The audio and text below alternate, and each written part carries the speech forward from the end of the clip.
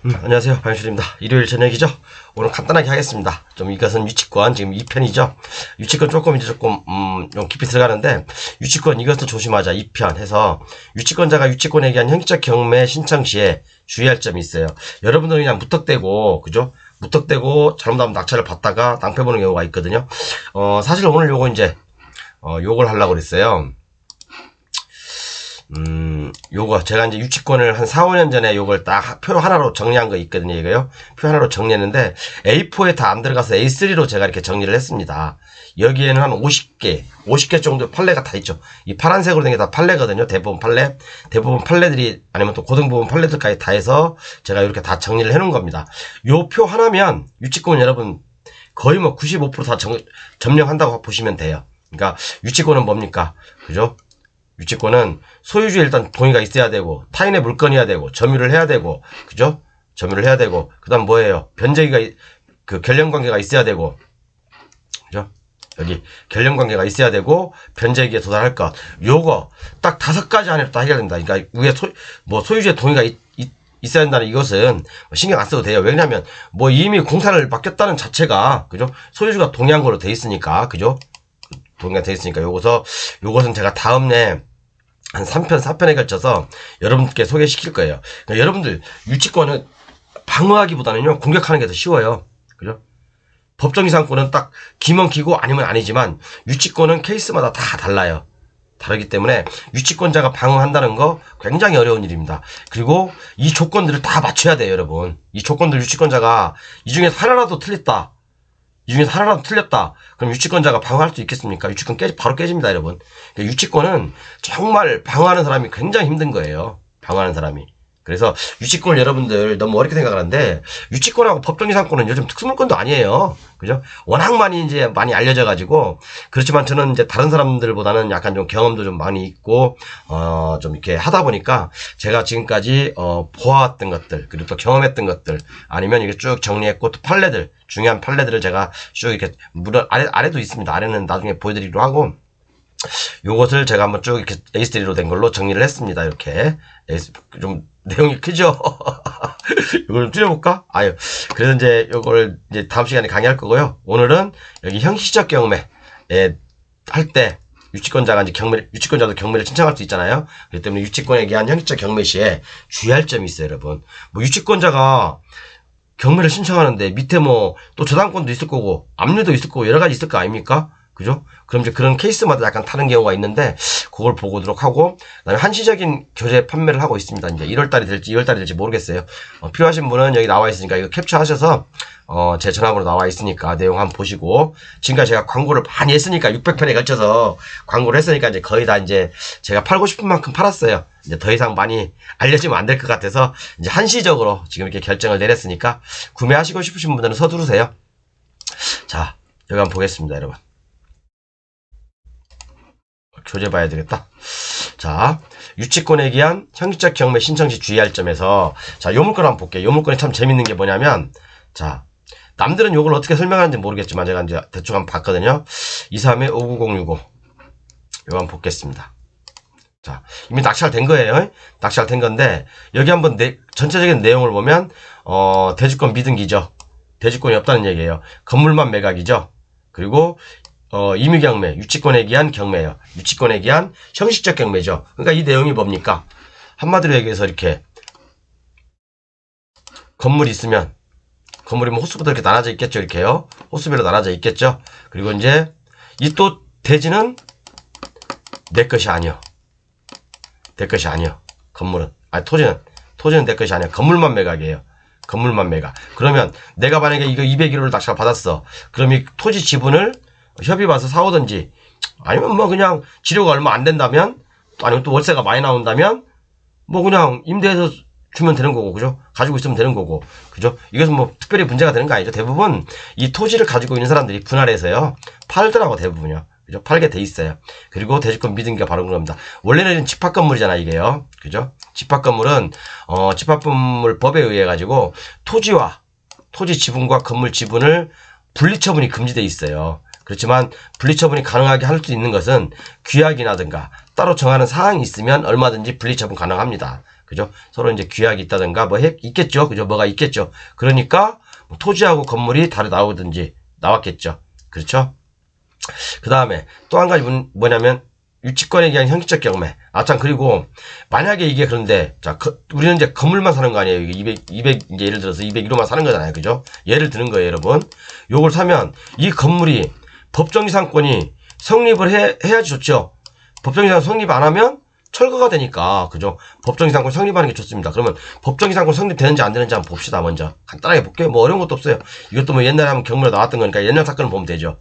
자, 요것도 토지 건물 그때 당시에는 토지건물 일괄 매각이었어요. 그죠? 토지건물 일괄 매각인데 내용을 쭉 보면 내용을 한번 볼게요. 자, 법정지상권 성립 요건이 뭐죠, 여러분?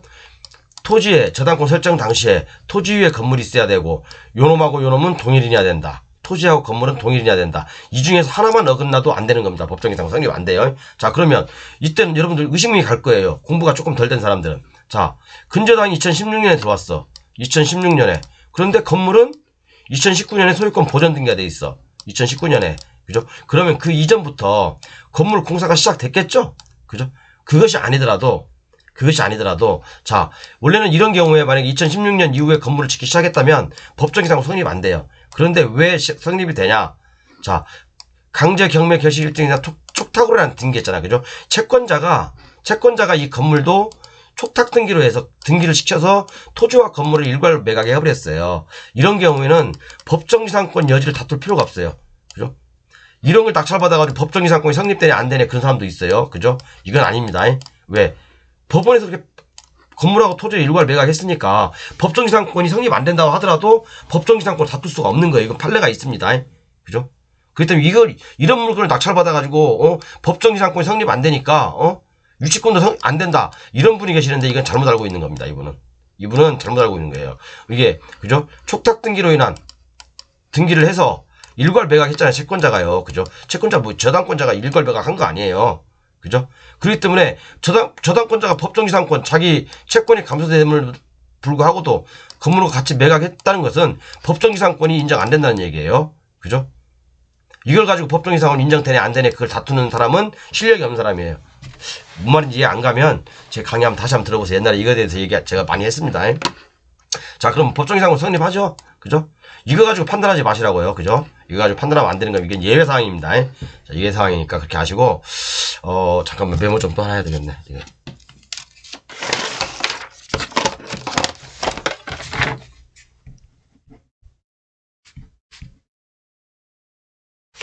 이해 가셨죠?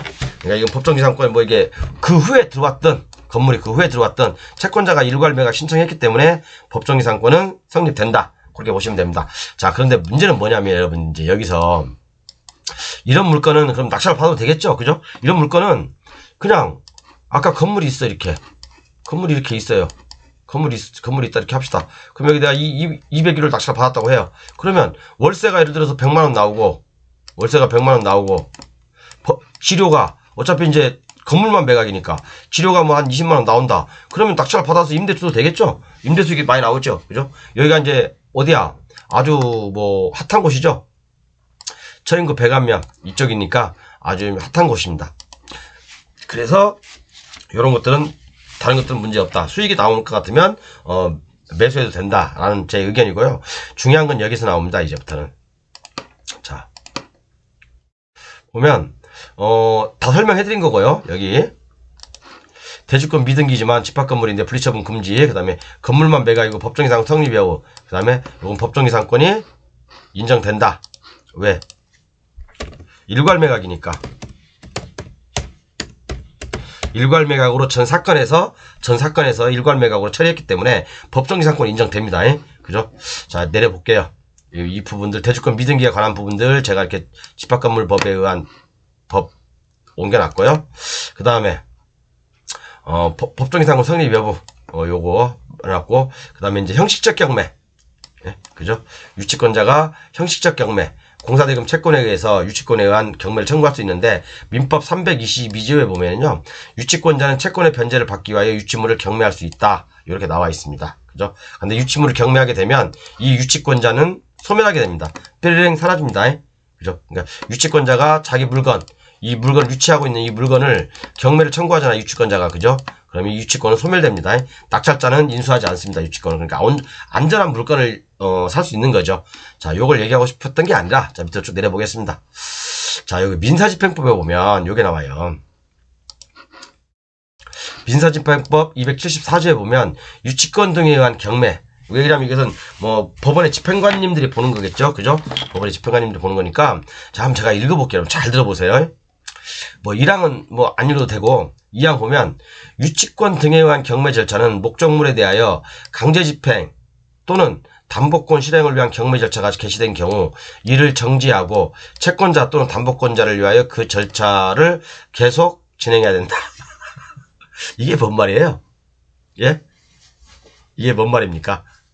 네, 여러분들 어려울까봐 좀 해설을 해놨는데, 유치권자도 유치권에 의해서 경매를 신청할 수 있잖아요. 그죠? 이 건물이 있으면, 이게 토지가 있고, 이게 유치권이 있어요. 여기 유치권을 행사하고 있는데,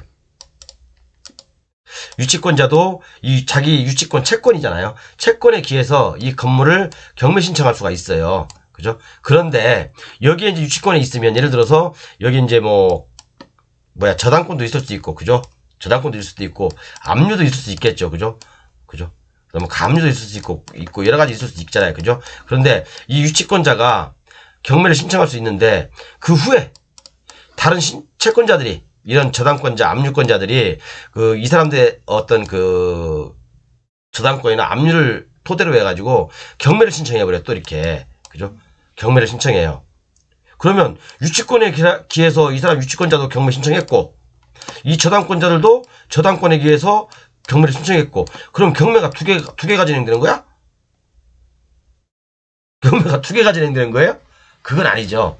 여기서 얘기하는 건 뭐냐면, 자, 유치권자가 먼저 경매를 신청했으면, 그죠? 후에 저당권이나 압류권자가 경매를 신청하게 되더라도, 그죠? 이 유치권은 정지가 되고, 그죠? 유치권은 경매일자 정지가 되고, 이 저당권이나 압류에 의해서 경매가 진행된다 이거예요. 그러면 유치권이 정지가 되면 유치권이 없어지는 건가요? 아니죠. 유치권 살아 있습니다. 유치권은 그대로 살아 있는 거예요. 그죠? 그냥 여기서 낙찰 받아도 이 유치권을 인수하는 겁니다. 낙찰자는요. 그런데 다음에 중요한 거 한번 볼게요, 여러분. 2항의 경우에 2항 이거죠. 아까 방금 설명드렸던 거. 강제경매 또는 담보권 실행을 위한 경매가 취소되면 유치권 등에 의한 경매 절차를 계속 진행해야 된다. 이 말이 뭔 말이냐면, 자, 아까는 첫 번째는 유치권이 먼저 경매를 신청했고, 그 다음에 담보권자가 경매를 또 신청했잖아요. 그럼 유치권은 일단 정지가 되는 거죠. 유치권으로서 경매가 진행 안 되는 거죠. 이걸 낙찰받으면 안 되는 거죠. 그죠? 유치권을 부담을 인수하니까. 그죠? 그런데 이것은 거꾸로 얘기한 거예요. 이 상태에서 다시 이 저당권자나 압류권자가 이 경매를 취소하면, 그죠? 경매를 취소할 수 있어요. 그죠? 취소하면 이 유치권에 의해서 계속해서 경매가 진행된다 이 말이에요. 그죠? 유치권에 의해서 계속해서 경매가 진행되는데 중요한 거.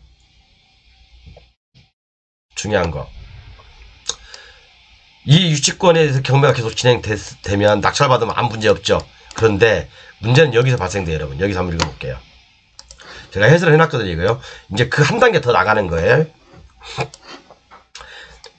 강제경매 또는 담보권 실행을 위한 의무경매가 진행되다가, 그죠?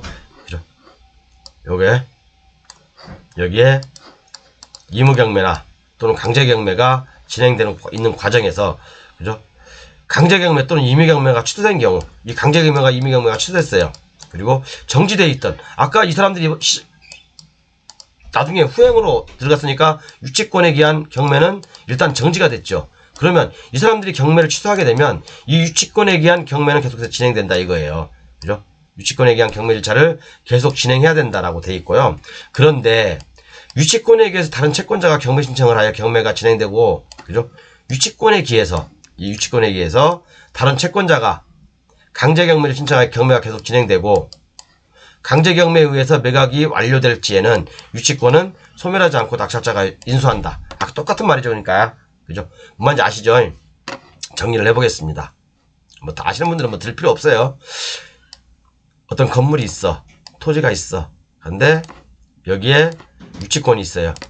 자, 그리고 또 여기에 또 저당권도 있을 거고, 압류도 있을 거죠. 그죠? 여러 가지 있을 수 있겠죠. 소유권 제한받는 사항들이요. 자, 그러면, 자, 유치권자가 먼저 경매를 신청했는데, 다른 채권자들도, 저당권자나 압류권자들도 같이 경매를 신청했어. 그럼 유치권은 잠깐 정지되는 거죠. 정지되죠. 그리고 이 상태에서, 이 사람들이 신청한 상태에서 누군가 낙찰을 받았다. 그러면 유치권은 인수입니다. 유치권 인수되는 거예요. 그죠? 그런데 만약에 유치권자가 경매를 신청 계속 했어요. 경매를 계속 하다가 이 유치권에 기한, 이 사람들이 경매 신청 안 하고 유치권에 기해서 누가 낙찰을 받았어. 그러면 유치권은 소멸합니다. 그죠? 이 내용이에요, 이 내용. 그리고 이 사람들이 만약에 또 아까 이제 유치권자들 아까 잠깐 정지됐잖아, 이게요. 정지돼 있었죠? 정지돼 있다가 이 사람들이 경매를 취소하게 되면 다시 유치권에 기해서 경매가 진행된다. 이겁니다. 그죠? 뭔지 아시죠? 유치권자가 신청한 경매가 진행돼서 낙찰을 받으면 유치권은 소멸하지만 유치권이 있는 상태에서 다른 채권자가 경매를 신청해서 이걸로 낙찰을 받으면 이 제한물건으로 인한 낙찰을 받으면 유치권은 인수된다. 이 내용입니다. 좀 어렵지 않죠? 간단하죠? 자, 그래서 이제 요 대법원 판례가 있는데 하나 보여드릴게요. 대법원 판례가 요거예요. 2018 이거 잠시만요. 전화 좀 바꿔요. 전화 좀 잠깐 받겠습니다. 죄송합니다. 전화로만이라고. 그래서 이제 이게 대법원 판례가 이게 하나 있어요. 2011에 8월 18일 선고. 2011 요거거든요. 다른 내용은 모르겠고, 일단은 유치권에 의한 경매 절차가 정지된 상태에서, 그러니까 유치권으로 경매가 진행되다가, 유치권에 의한 경매 절차가 정지된 상태에서, 목적물에 대한 강제 경매 또는 담보권 실행을 위한 경매 절차가 진행되어 매각이 이루어진 경우, 그죠? 유치권은 정지가 됐으니까요. 그죠? 요걸로 매각이 이루어진 경우, 유치권은 소멸하지 않는다. 그거거든요. 유치권이 소멸하는지 여부에서 소거겠죠. 유치권 소멸하지 않는다. 그 내용입니다. 그죠? 그런데, 만약에 유치권이, 이게 다른 것들이, 유치권이 있고, 유치권에 의한 형식적 경매에서 낙찰을 받았다. 그러면, 유치권은 소멸되는 겁니다. 그 내용이에요. 그래서, 여기 이제 판례에서 하는 내용들, 여기 이제 제가, 여기 판례에도, 이건 사건 번호가 나와 있더라고, 이렇게요. 사건 번호가 이렇게 있으니까, 여러분들 여기 좀 자료로 좋은 자료일 거예요. 이거 한번 볼까? 이거 한번, 04-4159. 2004년 사건이네요. 이제 2004년 사건이, 저기로 나왔네.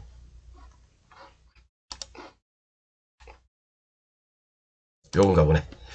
요 물건이네요. 요게 보니까, 근린상가, 건물 토지 일괄 매각 해서, 자, 여기 보니까 등기부현황에서, 그죠? 신탁으로 했네, 신탁으로, 이거요. 그죠? 신탁회사가, 이렇게 해서 진행했던 사건인데, 이 사건이 바로 그 사건이에요. 요게, 이제 요 사건이, 토지하고 건물이 있는데, 유치권자가 경매를 신청했어, 처음에. 그런데, 유치권에 기해서 경매를 신청하다가, 뒤에 있는, 저당권자가 경매를 또 신청했을 때, 요걸로 이제 낙찰이 이루어지면, 이 유치권은 남아있다. 그 내용입니다. 그 사건입니다. 그리고 요거하고, 사건이 많아요. 이 사례에, 제가 좀 피곤해서, 목이 좀 샜어요. 한 사건에 왔다 갔다 하네. 한 사건에, 이제 몇 가지 사건이 있잖아요. 그죠? 2004, 그 다음에 요것도 2008. 요거 한번 여러분들이 한번, 교재 없으신 분들은 요거 한번 보세요. 보시면 좋을 겁니다. 이해가 할 거예요. 여기 이제 보니까, 유치권에 기한 경매 절차는 목적물에 대하여 강제 경매 또는 담보권 실행을 위한 경매 절차가 개시된 경우에는 정지되도록 되어 있으므로, 민사재판법 274조에 있대요. 그죠? 유치권에 의한 경매 절차가 정지된 상태에서 그 목적물에 대한 강제 경매 또는 담보권 실행을 위한 경매 절차가 진행되어 매각이 이루어졌다면 유치권에 의한 경매 절차가 소멸주의 원칙으로 어쩌고저쩌고 해서 유치권은 소멸하지 않는다. 유치권을 소멸하지 않는다고 봄이 타당하다. 뭐 그렇게 나와 있습니다. 어쨌든 이렇게 해서 유치권은 소멸 안 된다. 그렇게 보시면 되고요. 이렇게 해서 이제 오늘 유치권 여기 가만히 얘기를 해봤습니다. 어려운 거 아니죠? 간단하니까 뭐 한번 한번 내용들 이렇게 쭉 있으니까 모르신 분들은 캡처하셨다가 보세요. 그리고 제 기본 교재나 블로그 교재 다 와 있는 내용들이니까 이거 어려운 게 아니에요. 이건요. 누구나 다 할 수 있는 거니까 뭐 그죠? 다 알죠? 감사합니다. 어쨌든 교재 판매는 이렇게 교재 판매는 제가 이제 한시적으로 1월달이 될지 2월달이 될지 모르겠어요. 어쨌든 이제 좀 많은 분들이 1월달에 좀 호응을 해주셔가지고 이제 좀 그만 팔라고 지금 많이 생각을 하고 있어요. 심사숙고하고 있습니다. 어쨌든 좀 구매하실 수 있을 때 구매하시는 게 좋을 것 같습니다. 감사합니다. 아이고.